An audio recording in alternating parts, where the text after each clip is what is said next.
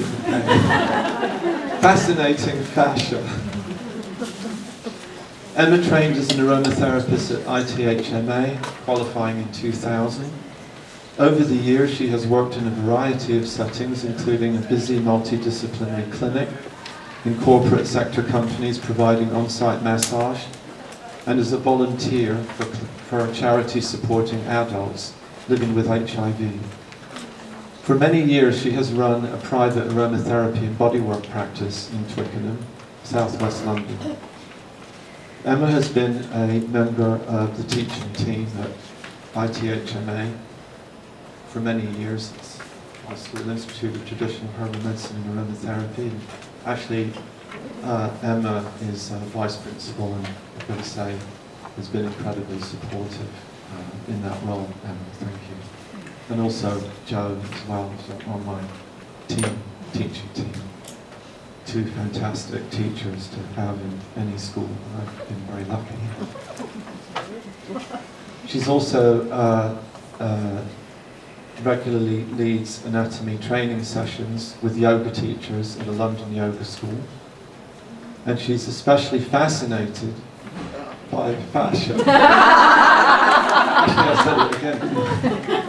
And the ever-evolving theories about its role in our human body. Emma, thank you.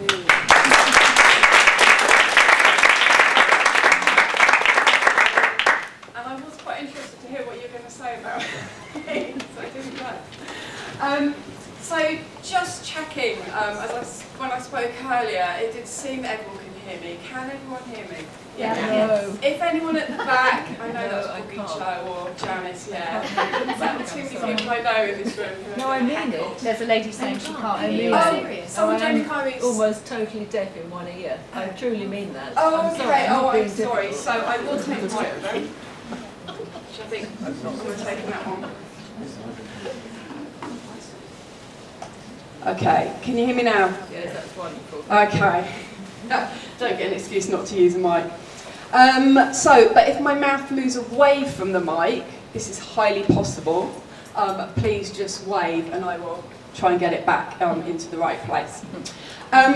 So, I guess first to say, I will say, sometimes if you see me going like this, I'm going to try and keep an eye on the time, because I know no one wants to finish late. But if I squint a bit, I'm trying to actually see the clock over there, so I'll say that to start with. And also, I'm really impressed that so many people have stayed at the end of the day, basically a talk on anatomy. So yeah, that's very, very impressive. Thank you for that. And I'm just going to say something quickly that came up with a conversation with Christine earlier. So I wasn't really going to say much about myself, other than I'm going to say that I have been in practice for almost exactly 20 years. And Christine's been in practice for getting on for 10 years longer than me, I think. And the other speakers here today have all been in practice for around 25 years. And the reason why we were talking about mentioning this was because it often gets said, not just in our profession, but other complementary professions, it's really hard to make a career out of it. So I think just out of looking at the people who've been standing up here today, we're showing that actually, no, you can make a career out of this work, as all of yourselves know. But moving on to fascia. So this is quite an interesting body tissue that lots and lots is getting talked about these days.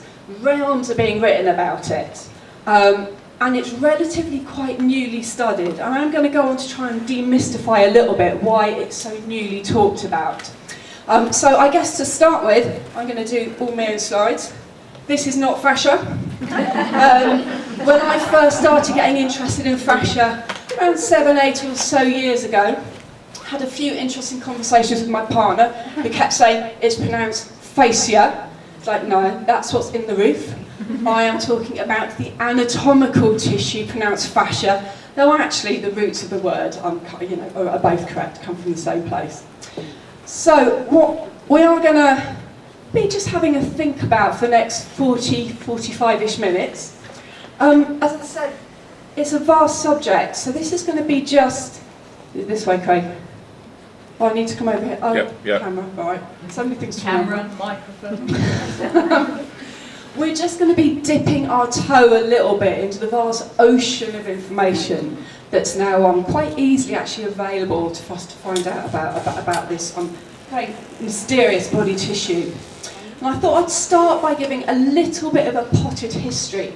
Not about fascia as such, because that's been with us since we evolved. It's been with us since the embryo on an individual level. But about the history of dissection, because that actually does go quite a long way to explaining why fascia has only relatively recently been studied.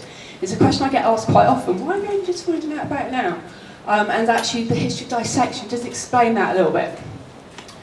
And then I thought we would attempt to come up with a definition. Now, there is not a universally agreed definition by anatomists on fascia.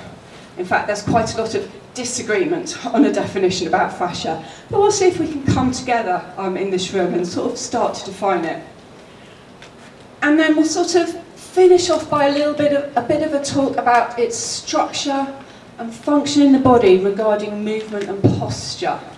So there's lots of theories coming out about its role in other things.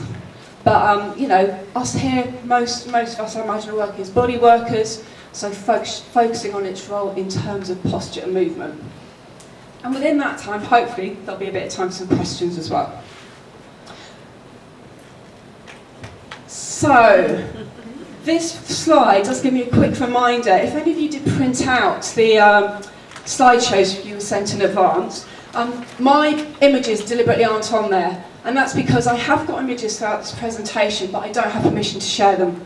The good thing is, that gives you the excuse to go onto Google Images and find your own images, which is a good learning experience.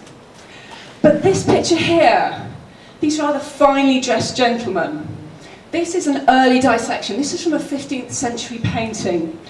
Quite interestingly, there's a dog, which I think is something you don't really find in clinical dissection rooms today.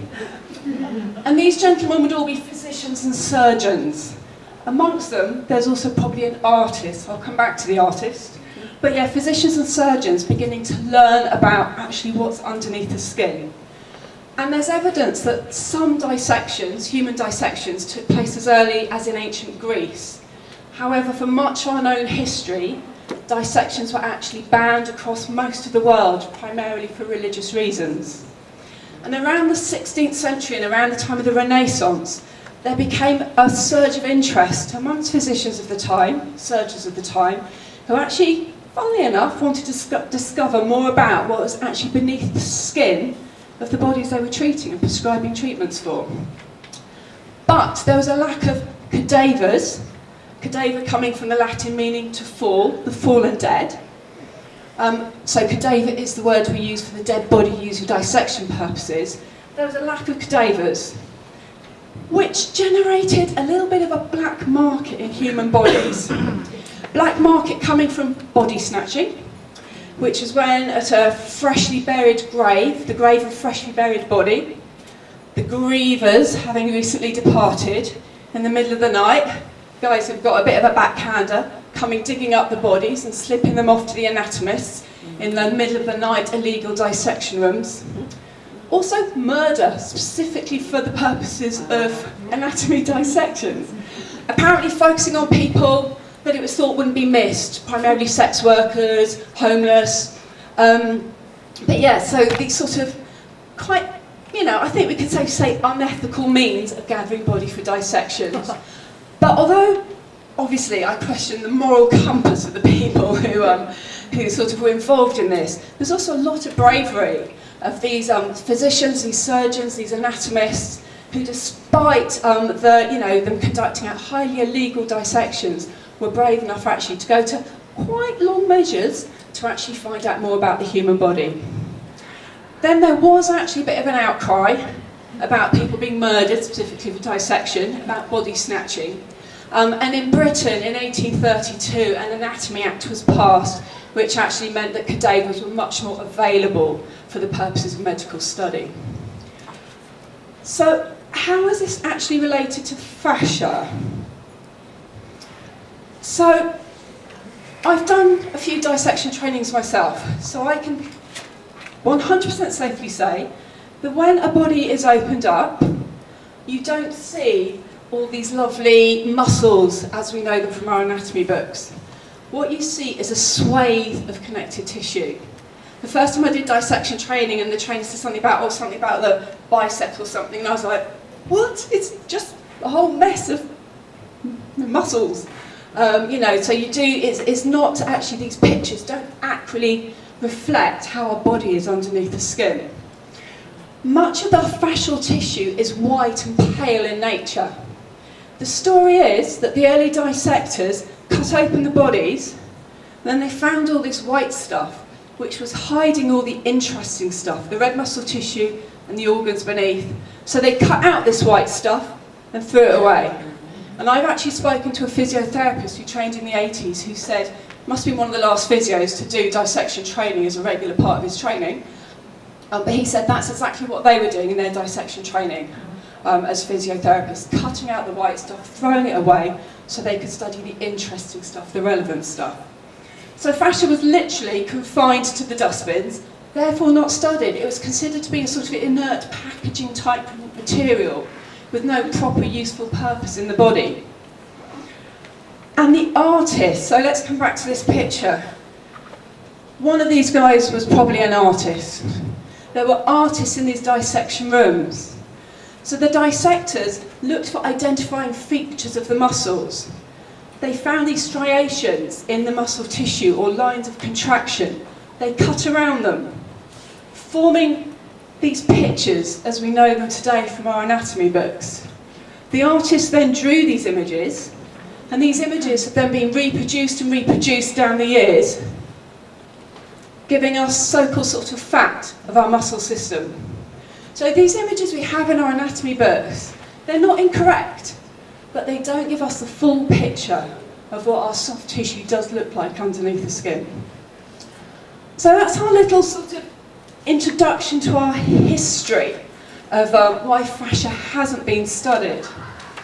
But then 20, 30-ish years ago, there was a sudden resurgence of interest in fascia. Now, I'm not going to go through this long list of people, but with the exception of Ida Rolfe at the top, all these people here, and there are some I've missed out, of course, so apologies to them, but all these people here are currently studying and researching and writing about fascia. They're real leaders in increasing our understanding. And Ida Rolfe, who did pass away in the late 70s, I'm guessing some of you have heard of Ida Rolfe? Yeah. So she developed the bodywork therapy structural integration. It was named Rolfing after she passed away in her memory by her main students.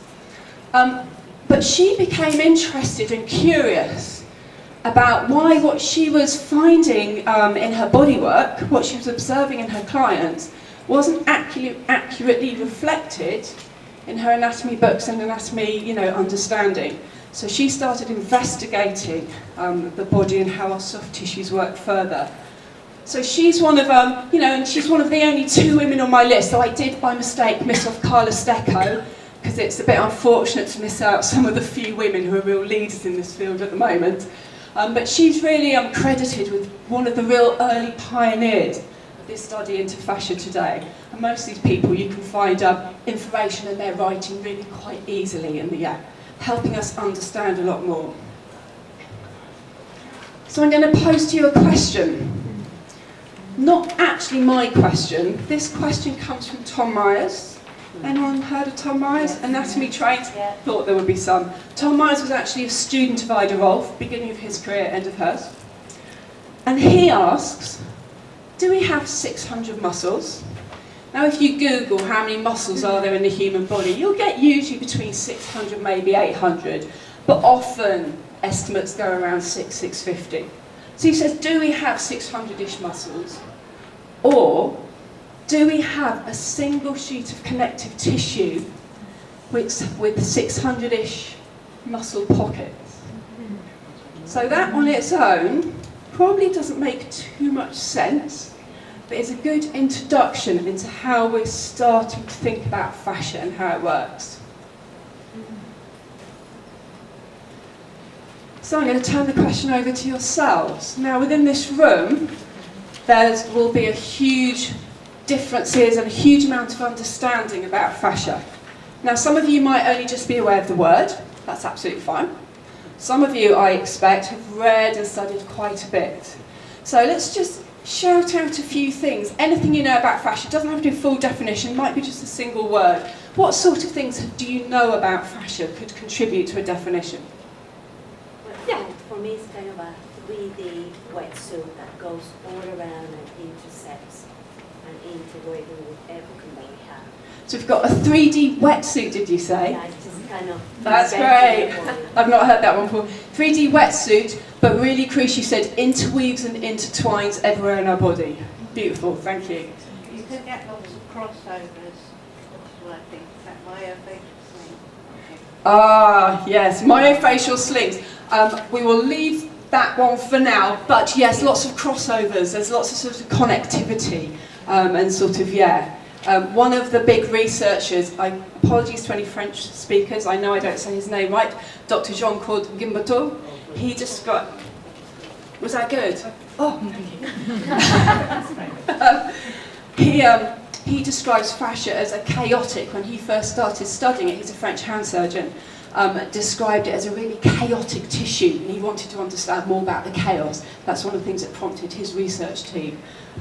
So yes, so lots of, you're just brushing your leg there? There people think the IT band is a band, but it's not, it's all fascia. The iliotibial band. I can tell you, it does not just go hip to knee, it surrounds the whole thigh, because I've seen this in the human body. Going back to the early dissectors, they left a little bit of a strip to be shown, to be drawn by the artists, and therefore it's sort of become fact that we have this strip of tendinous material. But yeah, all part of the fascial network. Any other words or sentences to contribute to our definition of fascia? Interstitium. Oh, interstitium. Do you want to say a bit more about that? Not really. Should we go with type of tissue? Fascinating. It's fascinating. Yeah. I tell you what, I ask this question with yoga teachers a lot, and the yoga world is very tuned into the world of fascia. That's the first time anyone's ever said interstitium. Anyone else? Connection. Connection. Yeah, absolutely. Okay, I'm just going to take a sip. Oh, what's that? The Rossiter technique for that fascia, isn't it? Rossiter, which is the Rossiter technique. Oh, I don't know about the roster technique. It's evolved from role filling, but Ah. it's all about releasing the fascia. Okay, yeah, so, and actually, that's quite a good point, because our sort of increasing understanding of fascia has led to, there is a whole industry now surrounding fascia. So there's lots of different schools around, teaching around fascial release. There are arguments whether you can really release the fascia or not, but there are schools that really work around fascia release. There's a whole load of stuff you can buy around releasing fascia. I went to a big fascia conference last year. The amount of trade stores selling stuff to sort of help your fascia and special fascia Pilates classes. So there's this quite sort of interesting whole industry is growing up around it, which I think is interesting. But also understanding some of the theories behind it all is also quite important. So I've got some other words to add to a definition. So the word fascia comes from the Latin, meaning band or bandage or to swathe, i.e. to cover. So you can sort of see that link between fascia and I've forgotten how you pronounce the roofing material now. Anyway, roofs. I do think that if anatomists were trying to come up with a word for fascia now, they probably wouldn't choose fascia. Because this covering meaning describes fascia in our early stages of understanding, but we're now learning that it's a lot more than an outside covering. Fascia is a type of connective tissue. Not all connective tissue is fascia, but fascia is a type of connective tissue. And it gets described in different ways depending what text you'll read, but often gets described, similarly to your definition, a continuous covering from the top of our heads all around our body to underneath the soles of our feet. You'll sometimes read of it being in 3 layers within our body. Our superficial layer, just underneath the skin, a deeper layer surrounding our muscles, and the visceral layer surrounding our organs. But more and more anatomists are also writing about the webbing and weaving between. And I think that comes up in some of the things you were saying there. We don't just have 3 distinct layers. These layers are interconnected by fascia, presenting in a variety of different forms, but it's all connected, all webs and weaves within. Now, I've already mentioned the type of fascia that was cut out of cadavers and thrown in the bins. That white stuff, that white material, is now absolutely considered to be part of the fascial network. But there is a big debate within the anatomical community about which of our sort of already accepted, if you like, soft tissues are part of our fascial network. Now, most anatomists do agree that muscles are part of our fascial network. Bernie Clark is quite a well-known yoga anatomist, and he writes that 30% of muscles are fascia. So if you just read it like that, that's a little bit mysterious. What he means is that within our red muscle tissue, about 30% that makes up each of our red muscle tissue are these white fascial fibres, but they are so tightly interwoven and connected, they are not you can't distinguish them from each other. You can't say that's the fascia and that's the muscle. They're so tightly woven they form one unit. And that's given rise to the term myofascia. Now, myofascia, rather confusingly, is often used interchangeably with fascia, which isn't actually technically correct. Does anyone happen to know what myofascia actually means? Someone here? It depends on who's defining it, it sounds like. Well, that is true, that is true. Anyone happen to know what myo means? It comes from Latin? Muscle. Yeah. Myo for muscle, fascia for fascia. So technically, when you see the term myofascia, it's referring to the part of the fascial network that we've traditionally known as called our muscles, our red muscle tissues. But when you're reading text, not every writer quite gets that different. So I would prefer actually to see the term myofascia not used, because I think it's a little bit too confusing. If we all just stick to fascia, then we know a little bit more what we're talking about. A lot of anatomists consider our tendons and ligaments to be part of our fascial network. A lot consider periosteum, the covering of our bones, to be part of our fascial network. But the bones themselves, huge debate and divisions of opinion within the anatomical community. So anatomists such as a guy called John Sharkey argues really strongly that our bones are just dense fascia. But other anatomists, such as a guy called Julian Baker, I've done some training with Julian, he runs dissection days, really recommend Julian Baker's training, but he argues really strongly that bones have a totally different role in the body to connective tissue, therefore cannot be considered to be part of the fascial network. But you'll read one article, it'll be bones are definitely fascia, you'll read another one, they are not. So I think the main thing to take away is actually there isn't a definitive definition yet. There isn't total agreement. I think we're quite a long way off total agreement. And that's what happens when something's being relatively newly studied. So sort of watch this space and reading things with a bit of an open mind.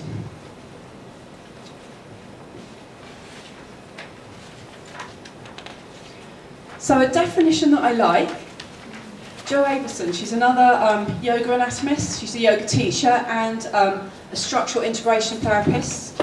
And she's based down in Brighton, so she's UK, one of ours.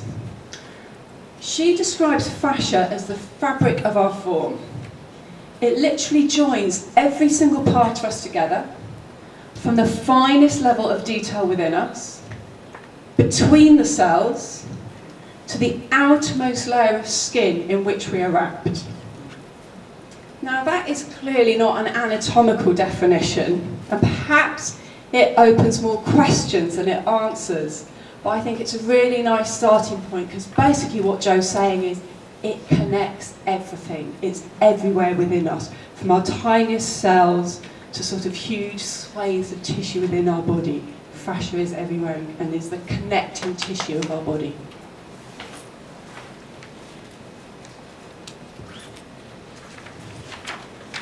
So ingredients. So I debated whether to actually talk about this, but I don't know if it's just a yogic thing, but yoga teachers often ask me when I'm running anatomy sessions, like, what's actually in fascia? What's it made of?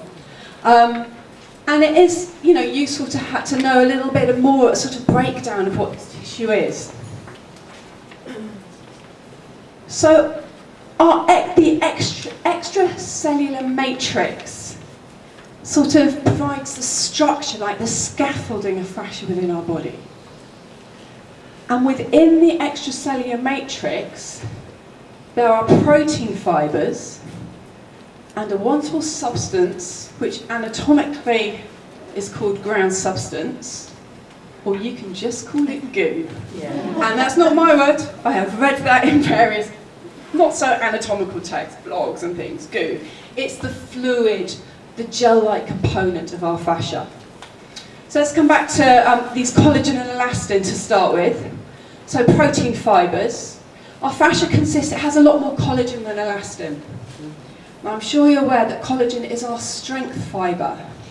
Gram for gram, it's said to be stronger than steel. It does have a little bit of stretchability, but it's mostly strength. Where else in our body do we get collagen? It's all over our body. Skin, yeah. Yeah, hair, nails, yeah, bones. Elastin. Elastin is does what it says on the box. It's our elastic fibre. I read something this week that said that elastin fibres can stretch 35 times their original length. So phenomenal stretchability.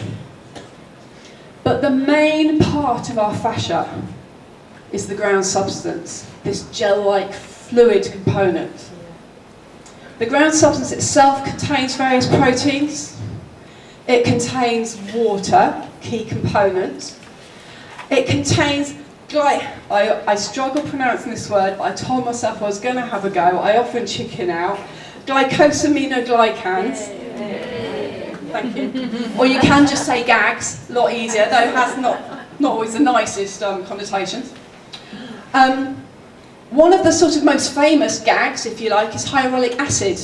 Now that's sort of famous from cosmetic adverts on the telly. Where do you get hyaluronic acid? What other parts of the body? Or what parts? Skin. Yeah. Also eyes, synovial fluid. Because these gags attract and retain water. So they're responsible for this sort of fluid content of our fascial network. And it's this fluid component of our fascia that provides us with structure, stability, support, and crucially lubrication. And actually this picture here, not particularly reflective of what I was saying here, but you can just see, you might see why the French surgeon team became interested in fascia, because they were looking at this body tissue and they said, well, it's really chaotic, it doesn't correspond to how we think tissue should be in the body and how it should behave. So you can see all these bigger strands, but also these little strands crisscrossing everywhere. It sort of ties in with what you were saying about it, sort of crisscrossing everywhere. Right, I've tested the little hyperlinks, and they don't work. So, all I'm going to say about this is, if you go to Julian Baker's website, not now, because I might just cry, seeing you all on your phones, functional fascia, he has some photos and he has a few little film clips. There's also quite a few on YouTube as well. But it's just really interesting. So Julian Baker's film clips are done from fresh cadavers, so they haven't had too much time to dehydrate. And it just gives you that little sort of eye into what it looks like in our body. And also the Jean-Claude Guimbateau, his films are done during surgery. Really rare opportunity to see live fascia. Really recommend you watch Strolling Under the Skin. 30 minutes, get a cup of tea. They've also released snippets of it. Just fascinating. So yeah, that's, so I'm afraid I can't show you that, but you can look it up at home. Which brings us on to an involvement activity. So I'm going to invite Joe and Ruth, who don't know what they're doing, What have we been talking up about to now? the front. So I'm going to have to put my... So, sure, stand there. Let's get going first. Oh yeah. Nothing like silly slime. No. My next door neighbour, I used to commission her to make me silly slime, but homemade silly slime goes off really quickly. But it's quite sweet because I'm employing child labour to make you anatomy resources. So this requires a little stretch of the imagination, but Jo is a creative person. Imagine that this is your body, your human body. What advantages do you have from having a body? So play about with it in the way you did when you were 8. Hold it up so everyone can see you playing. Here we go. Nice colours. Nice colours. What advantages would you have if your body was like that? Movement, freedom. How much movement? Loads. Loads, like Chinese state circus sort of levels of movement. Exactly. Mobility, softness, tactility. Lovely. Any disadvantages of having a body like silly slime? It breaks fairly easily. I can pull it apart. Yeah. Yeah. Lack of stability. Yeah. Not very strong. Not very strong and stable. So keep there with your silly slime. Ruth, this is true Blue Peter style. Here's one I made earlier. Silly slime, wrapped up in a bit of cling film. So I'll add here, I'm trying to reduce one-use plastics. I haven't used cling film in my kitchen for about 2 years. It is useful when talking about fascia. So Ruth, have a little play in the same way, imagining that this is your body. What are the differences between your cling film wrapped slime and Jo's unwrapped slime? I can't move in this. I'm more restricted in my movement. I can sort of stretch. Oh, I can't stretch. At all? No, not really. Oh. No, I'm not stretching. I might have wrapped up a bit tight. I would be stretching if it was the time. Then you do. Which body would you prefer? My own. One of those, which one? Ruth, hands up for Ruth's body. Oh, a lot of you. Hands up for Jo's body. Those who put your hand up can run off and join the circus, so the Slayer waits. Thank you. You can welcome to slay play with your slime or go and sit down. Obviously, fascia is more complicated than silly slime and cling film. But cling film is actually used quite a lot as an analogy of one of the roles that fascia plays with our body. The cling film effect of fascia gives us structure, gives us stability, gives us support, and gives us a certain level of protection from injury. So Jo's silly slime was really breaking easily. Fascia has a role in protecting us or reducing the level of our injuries. It allows us movement, but not too much movement. Anything anyone wants to add to that? I've never done silly slime in front of such a big group. I usually like hand around pots of it. Right, I'm just going to do a little come over and look at the clock. 5 past. Thank you, I've got loads of time. So, key functions of fascia. So, there's more and more being written about the functions of fascia. Some of it is a little bit potentially off the wall, but still very interesting. A lot of it is not scientifically proven yet, and partly that's because we're in such the early stages of research.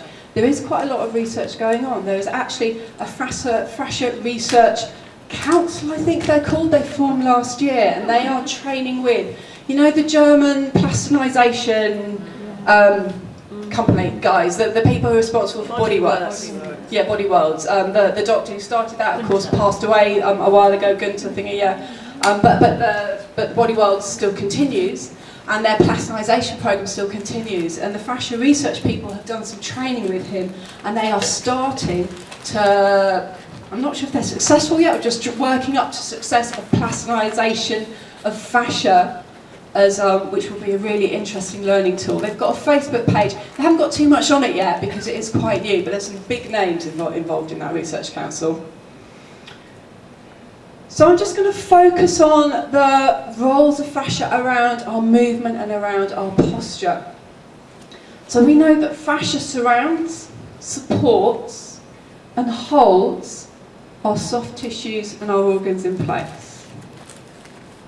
is often described as the tissue of shape and posture. It's said that if we were able to take everything out of our body and chuck it away except our fascia, we would see every nuance of our body. You would see within that fascial network every facial expression, every little sort of idiosyncratic posture holdings that we each have. You'll see the sort of echoes of every injury or whatever we've all had. So an example of how it holds us together: binds muscle fibres together, ensuring proper alignment. And not just binding the individual muscle fibres together, but also ensuring the alignment of every nerve within our connective tissue system, every blood vessel within our connective tissue system. So if you widen that out, binding individual muscle fibres together, and then binding the whole of our muscular system, so-called, together, and then if you're throwing into that mix the tendons, the ligaments, the extra white stuff that goes in between, binding and connecting our whole body together. It's commonly referred to as the tissue of connection and of separation. The separation is because a lot of our body is space. We need space within our body. And it's the fascia that's holding those spaces as well as creating the connections. I'm not quite sure what part of the body this is, but this, you know that Halloween spider's web? Yeah. This always reminds me of what that Halloween spider's web looks like. So you can see it's actually sort of presenting in a really different way than some of the other photos.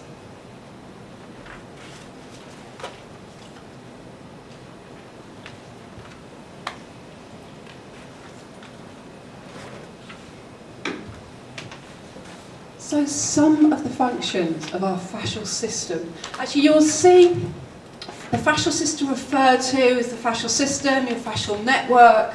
It all means the same thing. Yeah, just different people, different writers, different authors using different words.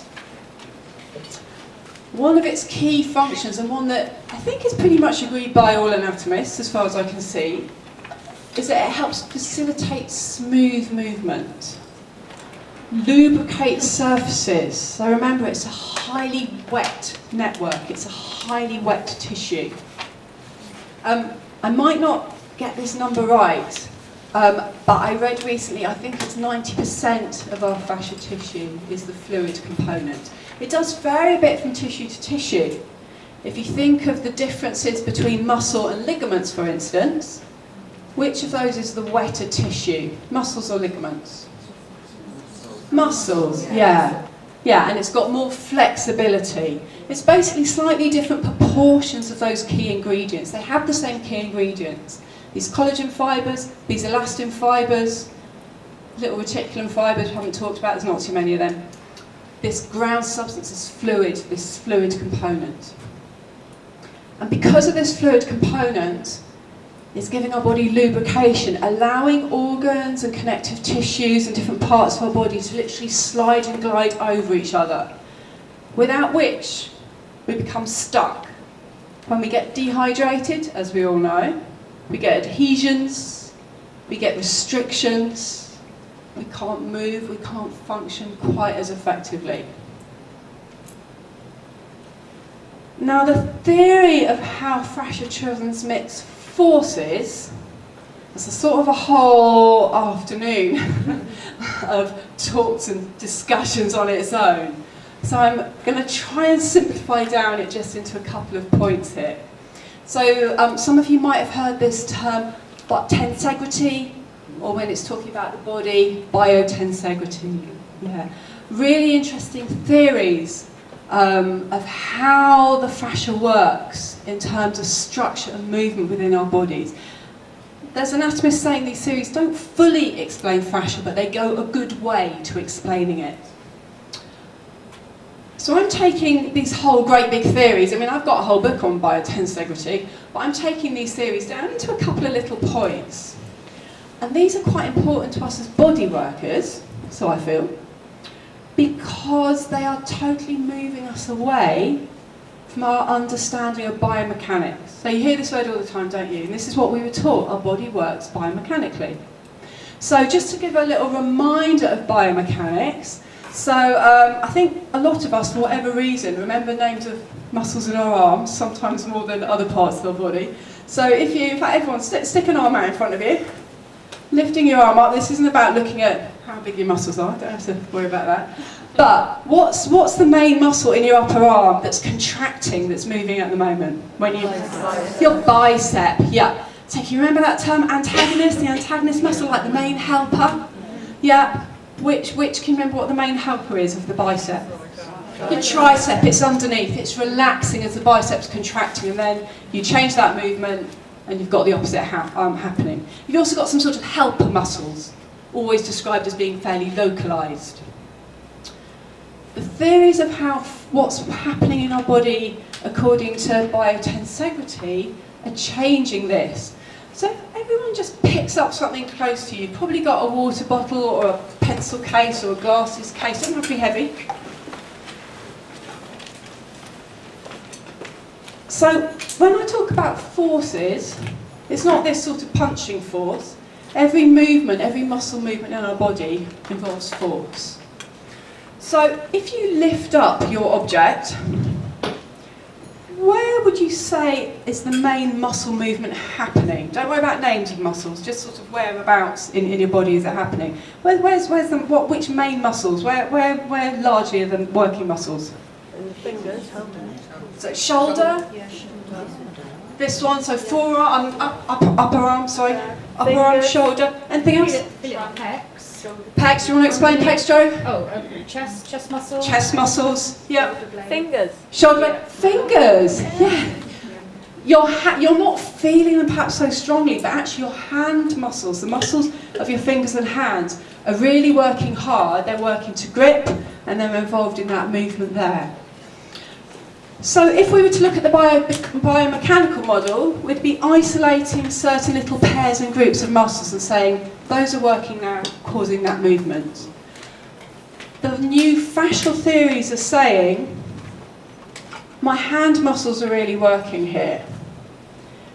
There's a force required for me to grip my bottle of water, and that force is still being used in this movement. But that force is being transmitted up my lower arm, up into my upper arm, up into my shoulders, up into my neck, across to my other arm, down through my main body, through my legs and my feet. In a rippling effect, that force is being transmitted across our whole fascial network. This means that every tiny little movement we make, there's a whole body response, which is really moving us quite a long way away from the traditional theories of biomechanics. Jo Avison, who I mentioned earlier, she's got a thing that she says she prefers, instead of biomechanics, she's now using the term biomotion, because she says that describes a sort of wave-like rippling effect of the whole fascial network to every body movement we make, a lot more effectively than the old biomechanical model. So yes, I think that probably, so our fascia transmits forces applied to the muscle evenly to every part of the muscle, and then filtering on to the next muscle, the next muscle, the next muscle.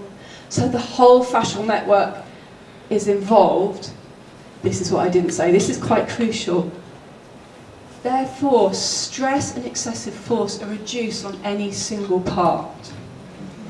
So the theory is that when I use my hand muscles to pick up this bottle of water, actually my hand muscles are doing a whole load of the work here. But because my whole fascial network is involved, actually it's reducing the risk of these hand muscles getting injured or overly strained or overly working, because they're not taking the full force of this water bottle. And yeah, my water bottle isn't very heavy, but if I was using this the whole time, that's an awful lot of that, as we all do use our hands the whole time, that's an awful lot of force and pressure. So our whole fascial network is getting involved.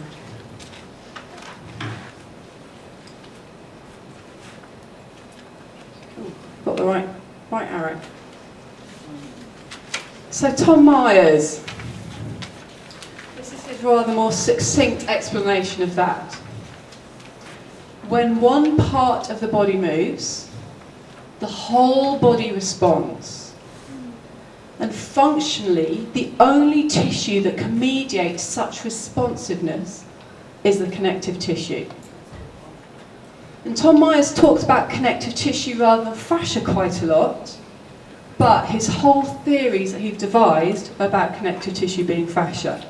So although he's used the term connective tissue, what he's actually saying is the only tissue that can mediate such response is our fascial network. Now there are theories about fascia's potential role in proprioception. And these theories are really interesting, and certainly it would take like probably another whole day, 2 days. In fact, I mean, I've been to a whole conference which is loads of lectures on those. Proprioception sometimes gets called our sixth sense. It's the sense that allows us to navigate safely throughout the world. It's the sense that allows me to know that I only need a little bit of pressure to pick up this half-empty water bottle, but I need to use a little bit more force if it was full, even more force if it was full of sand. It's the sense that means that I know that if I want to walk to the end of the room, I need to move around this table, not walk into it. Now, these theories around proprioception are a long way from being fully established, certainly a long way from being accepted by the medical community, but are really interesting. Fascia, we know, is highly innervated. That means it has a huge amount of sensory nerve endings. So it has a huge amount of nerve endings, which happen to be sensory nerve endings. And some of these theories are saying that actually these nerve endings in the fascia aren't connecting with our central nervous system. They're working independently of our central nervous system. I put this theory to an occupational therapy friend of mine, so quite traditional sort of type medical-based training. No. I was like, but it's really interesting. And there's researchers trying to find out, well, no. And I thought, fair enough, because that is going to be the response from most people. So I think if you read things about proprioception and the role of fascia, I think we need to read it with an open mind, because you will certainly read papers that say this is absolutely definitely happening. And you will read about even more wacky stuff than that. So read it with an open mind, just knowing and remembering that we're in the really early stages of our exploration about fascia, and there's a lot more really interesting information to come out. So I've got another quote here from Dr. Jean-Claude Gimberton. He says that fascia is the network that connects it all together. Playing around with the mic now, aren't I? Fascia is the network that connects it all together. We are made up of somewhere between 70 to 100 trillion cells. Something has to hold all these trillions of cells together, and that's the fascia. So when the fascial system changes, everything else changes. And in this report I was reading, he was particularly referring to the nervous system, but there's plenty of anatomists writing that any change in the fascial network, every other so-called body system responds. And I say so-called when I'm talking about body systems, because actually, when we learn about anatomy initially, so back in your training, your initial training, you almost have to, training has to be broken down, doesn't it? So A&P module almost had to break down different ways within our body into, the 12, 13, depending what books you read, separate body systems. But it's helpful to then move away from that word system, because separate systems implies that there's all these different, your nervous system is working really independently of your muscular system is working independently of your reproductive system. But we know that's not the case. We know they're all connected and all working together. So why is this relevant to us as body workers? In some ways it makes things easier. Well, somebody last week said to me it makes things harder. It potentially gives us a get-out clause. Everything's connected. But I don't think we should give ourselves an easy get-out clause. But many of us, probably all of us in this room, have sort of known instinctively for years that when a client comes to you with neck ache, it's really not generally going to be that effective only working on the neck. even though clients will often say that. Like, I just want you to work on my neck. It's my neck that hurts. Oh no, my legs. My legs are fine. I get that all the time. My legs are fine. Fascia, what we're beginning to understand about fascia, now gives us a really good anatomical basis to explain that sort of intuitive feeling that we've all had, that everything's connected. We can now explain to our clients that actually that neck pain, maybe it's due to some local inflammation, and actually just work around the neck will help, but actually particularly if it's a long-term pain, that neck pain could easily be connected to that sprained ankle you had 2 years ago. And over the last 2 years, you've had all sorts of compensatory postural patterns that have happened, which are often necessary to keep us functioning, but then we don't sort of change back. So actually, is our ankle a neck flexor? The first fascial training I did was with a guy called James Earls, who works closely with Tom Myers. They've co-devised their theories together. Tom Myers is American, mostly doesn't seem to teach in this country. James Earls, Belfast, is often here. If you do any training with him, my big tip is sit near the front. He's a lovely guy, he speaks quite quietly. But one of the first things he said on our first ever 3-day training was, I can't remember the exact words, but it was along those lines. Is your ankle, is your neck muscle, your scalenus an ankle flexor? And all these physiotherapists in the room were like, yeah. And I was like, what? I don't understand. Fascia, what we're beginning to learn about it, is explaining this to us. So that can give us a challenge in talking to clients, but also can really help us with our work with clients, encourage them to be more accepting of work to the legs and the feet to try and ease that pain in their shoulder or their neck or maybe their hand. It can also make it a lot harder to diagnose. On the other hand, unless you happen to also be a trained qualified physiotherapist or osteopath, we're not diagnosing anyway. We're working in the best possible way we can with every client that comes through our door. So the connections of fascia are really useful and really important to remember when working with our clients. And I think that brings me back to this question again. So, do we have 600-ish muscles? Or do we actually have a single continuous sheet of connective tissue with 600-ish muscle pockets? Now, the theories of fascia aren't saying, forget your traditional anatomical learning, because actually, learning about these individual muscles is still really important. These individual contractions and working of each muscle still happen. But what we're understanding about fascia is adding to these layers of understanding. And as James Earls and Tom Myers say here, basically all these individual names for different parts of our body, they are man-given names, man-made names for individual subsets of our whole connected whole. And the tissue that's increasingly being defined as giving those connections is our fascial tissue. And I think, jumping over this last little video that doesn't work, that is what I have for you this afternoon.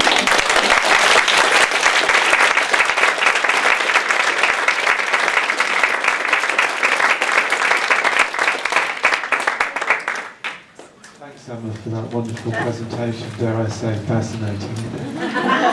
Sorry, I was cracking on the cop. I couldn't. No, that's fine. We wouldn't have let you go when we finished. That was brilliant. Yeah. Are there any quick questions at all for Emma? Does it have a blood supply? Fascia sometimes gets described as inert tissue because it doesn't actually have cells with nucleus. There is blood supply. I think to try not to think of fascia as something separate from what you know already. Okay. So we know there's blood supply throughout our connective tissue. So therefore, yes, it has a blood supply. And I guess it's part of the integumentary system, is that right? If you want There's a to be relationship. using, integumentary system is generally thought of being a little bit deeper than that, I guess, but connected, very connected with the skin. Yeah. And what year did we start talking and isolating it and becoming fascinated with fascia? Well, saying sort of study into fascia started probably in big way around 20 years ago, but I would say within the yoga and bodywork community, only within the last 7, 8 to 10 years.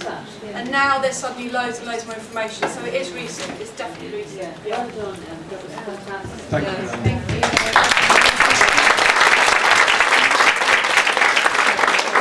Thanks once again to all our speakers, to our staff, to the board, and thank you for coming today and supporting your federation. And we look forward to seeing you again at our next conference. And for those who can perhaps make the IFPA Roma 2020 in Japan, do at least make sure you look at the website, look at the details. It'll be a very exciting conference.